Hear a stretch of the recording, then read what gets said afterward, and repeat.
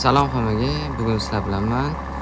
Bugun biza car parkingda 29 millionga qanaqa mashinalar olish mumkinligini ko'rsataman. Oldi. Mana ko'rishingiz mumkin 27 topdim pulni. Mana i8 olamiz 7 millionga. Fabrikasiyalar bo'ladi. O'sha yana ikkinchi mashinani oldik. Hozir boramiz. 15 mana oldik.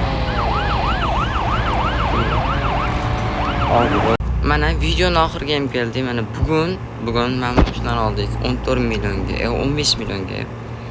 Hop, mana bu M4 ni oldik.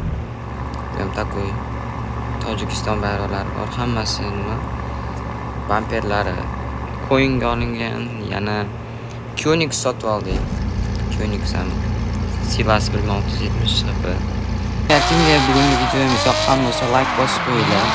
Agar mana shu videoning tagidan 10 ta like berilsa va 150 ta podpishchik bo'lsa, mana shu videoning ikkinchi qismini chiqazaman.